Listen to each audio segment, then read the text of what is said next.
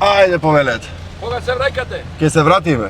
Ќе ми звониш. Ајде, ти ме чекаме назад, нервозене. Ајде. Ајде, добар ден, господине Добар ден. Костовски.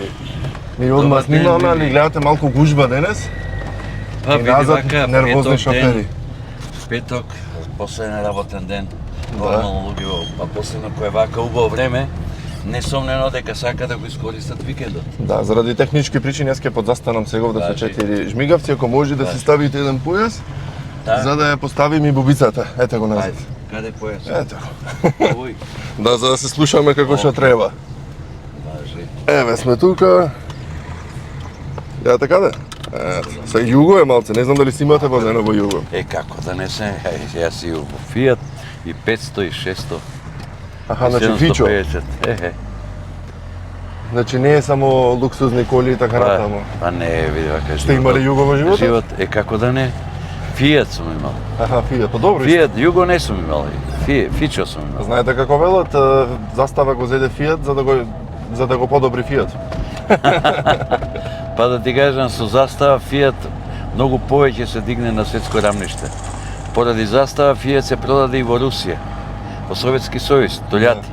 Денеска фактички поголема производство имаат русите на Фиат типови на автомобили отколку што има Италија.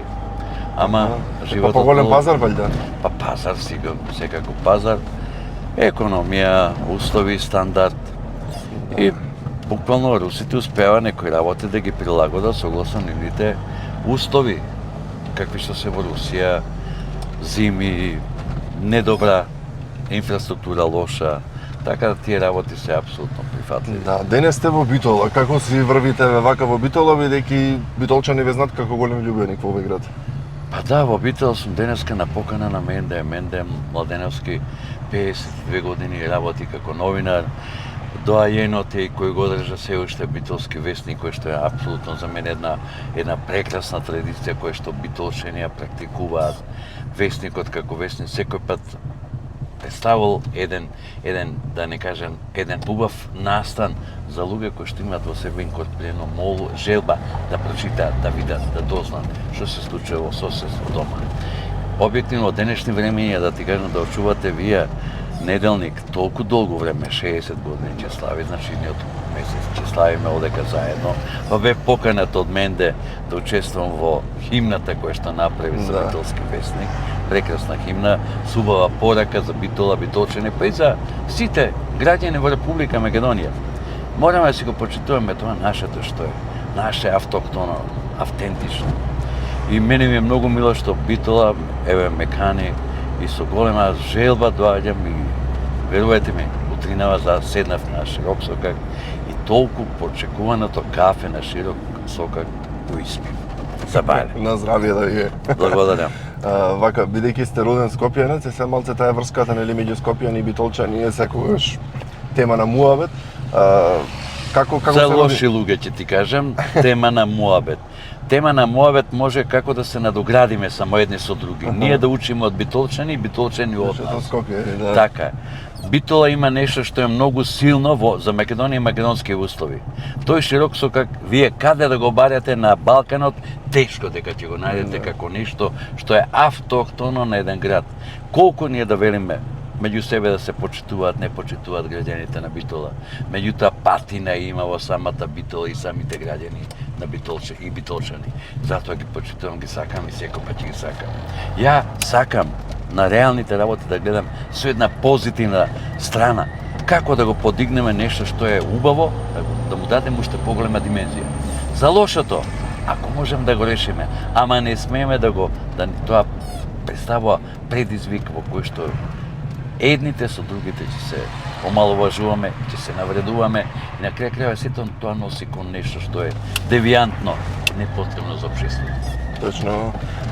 Се вака, вие бивте градоначалник на Скопје. Да бивте градоначалник на Битола, што ќе направите за овој град?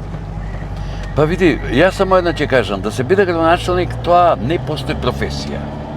Значи, професија е искуството што вие го имате како човек и кое тоа искуство и љубовта кон градот што имате да примените согласно вашето искуство и љубовта кон градот. Битола јас апсолутно би го вратил духот на Битола, кога би можел. Еве, сега седнав на широк сокак. Верувате ми пречи. Наспроти Милениум хотелот кај што седнавме, имате две коцкарници. Во центарот на широк сокак, во центарот на Битола. Коцкарници кои што немаат ни излог, немаат ни врата, вратата е едноставно кога се отвара, автоматски се отвара и влагаш како во Сантана. Не ичум тоа, Битола моја е, јас не ја доживам на тој начин. Ја повеќе ја доживам преку убави место, кафичи, ресторанчи, во кои што народот ќе седне, ќе учествува, ќе го живе, културни настани. Точно, културните настани. Битола секој пат била позната во областа на културата, уметноста, музиката, спортот. Тоа се 4 битни работи кои што Битола е красен. Затоа, тие работи никој пат битолчани не смеат да ги стават под тепих, туку напротив, треба да работат на тоа. Видејќи еве сега ги спомнавте и коцкарниците, мислам дека тоа е проблем низ цела Македонија, не само во Битола. Се носи нели еден закон има таков за коцкарници, нели се тргнат од училиштето. Што мислите, колку би се променило општеството и дали народот помалку би се коцкал доколку тие се тргнат? Видите вака, јас немам ништо против преку секоја слобода на човекот да се го изразува и да го користи својот имот и своето време како што милува. Меѓутоа, тоа не сме да биде една обсесија која што треба да превладее со нашето секојдневие. Коцкарниците, јас немам ништо против. Напрете, може градот да утврди место во Битола во кој што ќе даде одреден плац да се направи казина, например, да биде. Или коцкарница една до друга. И да се знае дека тоа е местото кај што тие ќе се собираат. Не може во центарот на градот, ви имате продавници, што знам, имате пеко, имате продавници за текстил и тука имате коцкарница. Не, мене тоа не ми личи. Јас се извинувам ако некога навредам со ова.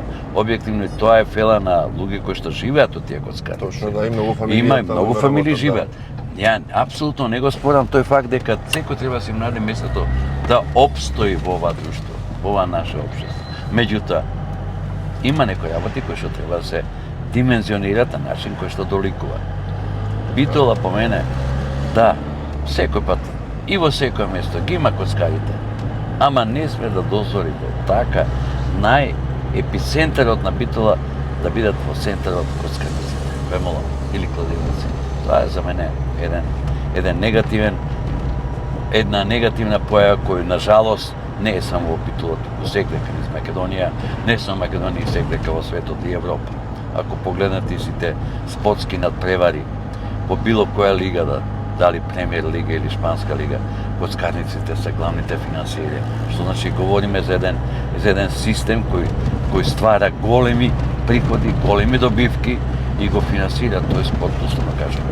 Меѓутоа, колку е тоа добро за општеството, за тоа не можам да кажам, ниту сум пак едноставно овластен за да говорам дали треба да постојат или не. Али сметам дека тие треба да се укинат, да бидат далеко од очите на младите деца, далеко од очите на обичните луѓе, нека се направат место кај што ќе може тие, сите кои што умеат и сакаат да се коцкаат, место кај што ќе биде нивно место на живење. Одлично. Името кое го носите, Трифун Костовски, зад вас има голема биографија и достигнувања во општественото живење. И се колку се гордеете кога ќе се спомне тоа име?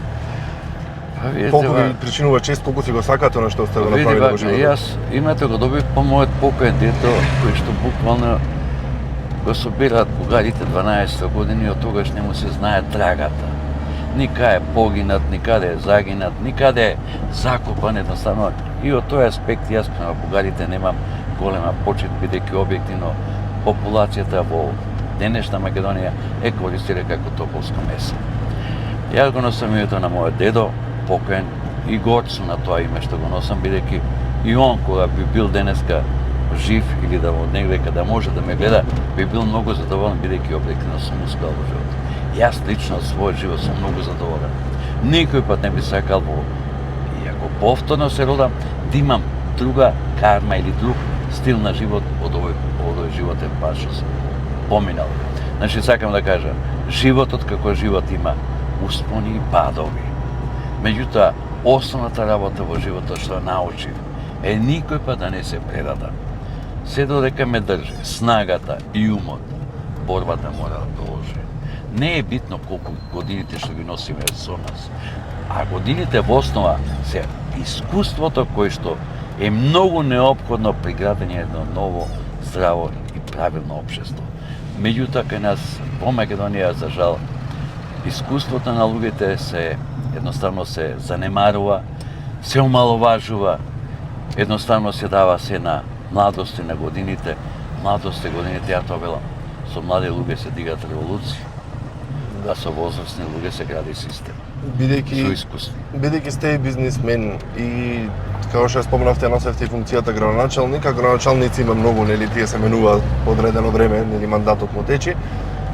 Еве, бидејќи ќе дојдат нови генерации, кои што некој верувам дека ќе има и желба да стане градоначалник, па еве совет некаков од вас, што треба да има еден градоначалник за да биде правилен градоначалник? Прво мора да си го сака градот, да си ги сака граѓаните. Основната функција на градоначалникот е да овозможи здрав, правилен и нормален живот за граѓаните на градот. Значи, сите јавни предпријатија, дали се водовод, канализација, дали се зеленило, дали е комунална хигиена, дали се другите исто така јавни предпријатија, тие се раците и нозите на градоначалникот. Значи, основна работа на градоначалникот да донесе здрав живот, да решава комунални прашања, како фекална канализација, атмосферска канализација, да може да подземна инфраструктура за модерниве социјални мрежи кои што денеска се практикуваат по животот. Едноставно, на секој граѓанин треба да му возможи правилно да може со автомобилот да испадне, да се врати дома и да биде задоволен од периодот поминат на работа и после работа. Тоа е основната. Зашто во филозофија на градоначалник нема голема филозофија. Јавниот превоз е суштинска работа, посебно денеска кога еве гледам и во Битола. Има преголем сообраќај, премалку места за паркирање. Тоа мора да се донесе некој систем кој што ќе овозможи една функционалност, посебно за граѓаните кои што се со пониска, да не кажам, класа и можност да може да живеат. Јавниот сообраќај е неминовност, али да биде решен согласно некои европски стандарди. Дали трамвај треба? Јас сум убеден дека за Битола 2-3 линии кои ќе го врзуваат Битола би било идеално трамвајска линија. Може да се постави во Битола трамвај? Може да се постави. Ако си има желба. Видете вака, ние си минјаме планини, светот си минја планини и континенти за да успее во одреден проект, а камоли во Битола да не може да се има трамвај. Имате Драгор реката, имате овдека можност, имате стази во кои што може сето тоа да се стави и да биде функционално. Трамвајот ви е едноставно по мене. Јас понатак и за Скопје велам. Скопје не може да работи, да функционира со подземне сообраќај, бидејќи Скопје има високи подземни води. Меѓутоа Битола, трамвајот е идеално нешто, бидејќи има и таа патина Битола што има во себе. Трамвајот би делувал како дел од едно културно наследство кое што овде кај вас. Да. Затоа мислам дека апсолутно. Никој не побарал до сега трамвај, но побарале гондола за на Пелистер. Пелистер е нешто што апсолутно, види вака Пелистер, баба, тие се нештата кои што му даваат живот на Пелистер, на Битола и цела Пелагонија овдека. Апсолутно, тоа се богатството кој што битолчани треба да го искористат. И сега, колку сето тоа? Ја морам да кажам дека и локалната самоуправа се уште е подценета. Буквално тој систем на пренесување на власта од централно на локално ниво е многу спора во Македонија. Општините кај нас, за жал, грцаат во долгови, а бидејќи не се кредитно способни и ниту можат да обезбедуваат пари од надвор, ретко се тие општини кои што можат да обезбедуваат пари по основна кредити, тогаш дефинитивно владата има таа работа во свој раце, дури ги контролира и локалната самоуправа.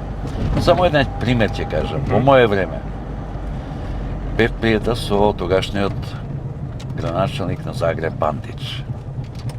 Во тоа време, кога 2007 година јас одам кај него на гости, он имаше милиарди и 300 милиони евра годишен буџет, од кој што само за спорт во Загреб, во градот Загреб, одвоеше 45 милиони евра. А Скопје во тоа време имаше се на се 42 милиона евра вкупно. Значи, тоа говори колку, ако немате пари, немате финансиска моќ, дефинитивно не можете да направите, можете да подигнете културата, меѓутоа и културата си бара време и услови како таа работа да се направи. Затоа, децентрализацијата мора подхитно да продолжи, бидејќи на тој начин и граѓаните ќе имат многу поголем увид во тоа како се трошат нивните пари. Преку локалната самоуправа, секој граѓанин може да дзирне како се трошат општинските пари, парите собрани од општината. Вие имате и донирано многу работи за Битола, многу сте го помогнали овој град едни од работите на како што битолчани, најмногу има да речем впечаток за нив во помеѓу луѓето, се споменикот на Милтон Манаки, пијаното кое што моментално сега се наоѓа нели во офицерскиот дом. Што уште сте направиле за Битола? Освен и спортот ете што го помогнат. Па види, за Битола ја секој пат ја сакам Битола. Во било која форма ја сакам. Што знам, кога беше претходниот градоначелник на Битола, ме замоли да помогнам женската екипа која што настапуваше на некој надбор од Македонија, така да ја помогнав ракометна екипа на Перистер. Така да, апсолутно, јас со Битола секој пат кога сум бил во можност и кога ќе би борале помош, дали од општествена потреба, па дури и приватна. Има и луѓе кои што сум ги поддржал, кои што студирале надвор од Македонија. Сум дал стипендии на не многу средства, меѓутоа доволни средства за да можат тие деца да општат. И објективно сум многу благодарен, бидејќи битолчани тоа умеат да го почитуваат и да го ценат. Тоа е разликата меѓу Битола и останатите градови. Да, и што кажавте на почеток, убаво е да се почитува, вие сте пример за еден скопјанец кој што битолчани вистина го почитуваат. Па види, ја мислам дека шкембарите овдека во Битола таа година што една година само го помогна Перистер, никој пат нема да ми ја заборават. Затоа што Скопјанец сум помогнал Перистер, а таа година беше и победник, и куп победник, и шампион на Македонија. Ја тоа го направив од љубов кон од целата таа плејада на љубители на спортот во Битола. А глупо е ако можам тоа да го возможам на Битола да не му го сторам. Да. Тоа е за мене поразително, за самиот себе би било ако не можам да возвратам на човек кој што бара некоја поддршка. Јас ќе подзастанам тука сега малку, бидејќи морам да ви поклонам некои работи од моите помагатели во мојата емисија. Да, вака се значи. Благодарам. Одиме со ред.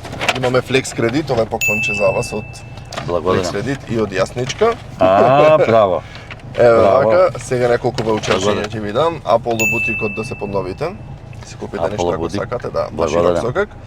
1000 денари ваучер добивате од 5+ доколку чувате миленичиња, доколку не ќе го поклоните на некого. Имам миленичиња, имам 3 кучиња, имам 3 песа.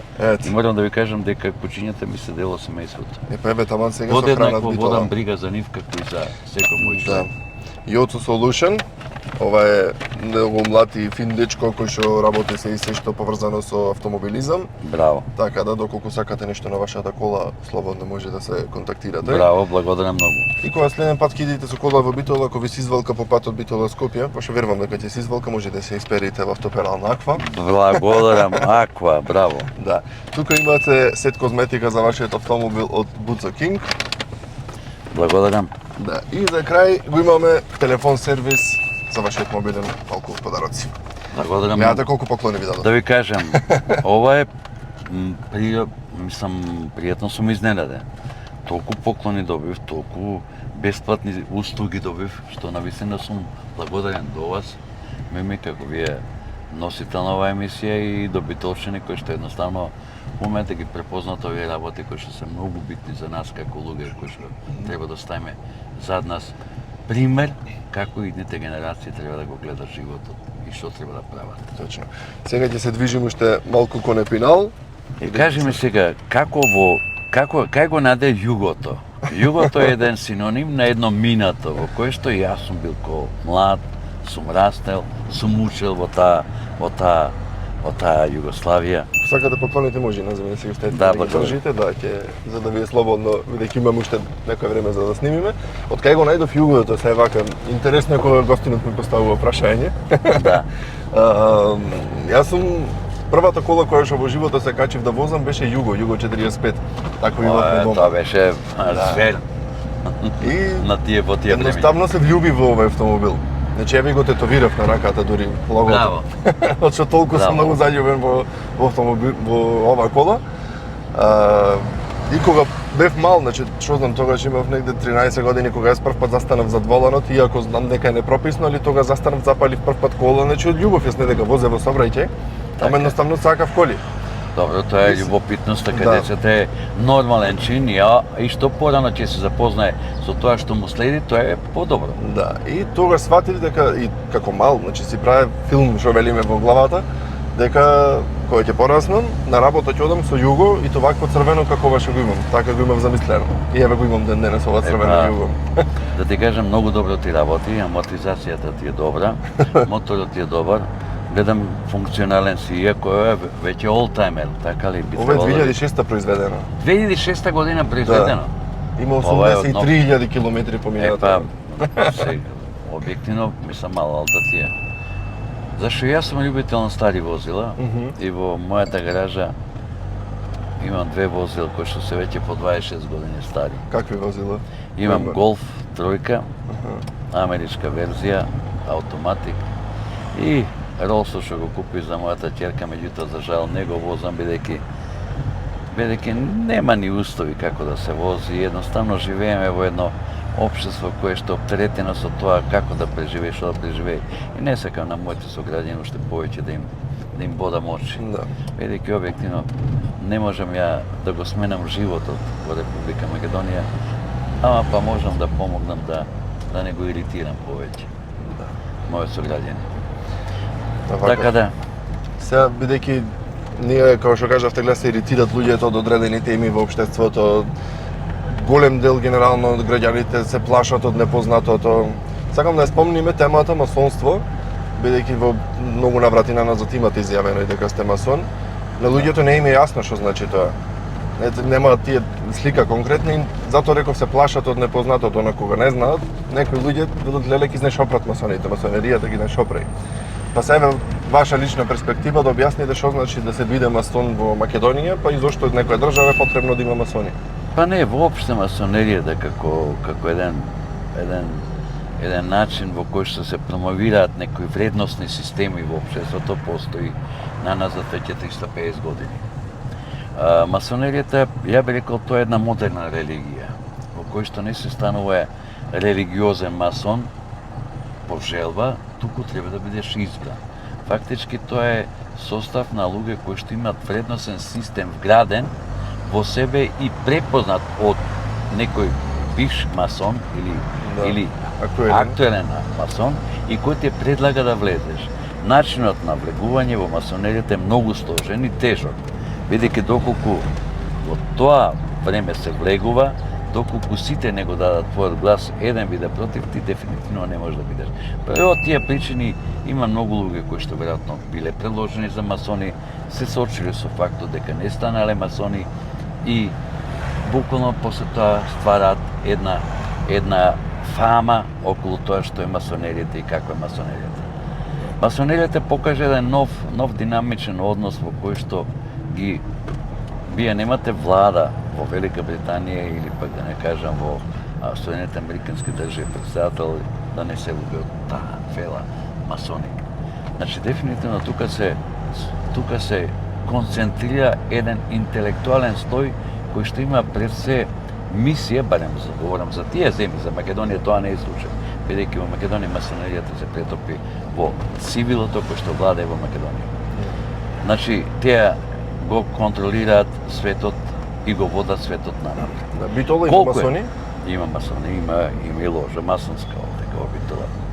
Ја не смеам да говорам за тие работи повеќе, меѓутоа сакам да кажам дека масон е во основа масон е прав човек, дали е христијанин, муслиман, во кој што важат сите заповеди кои што се запишени, дали во Куранот или во Библијата.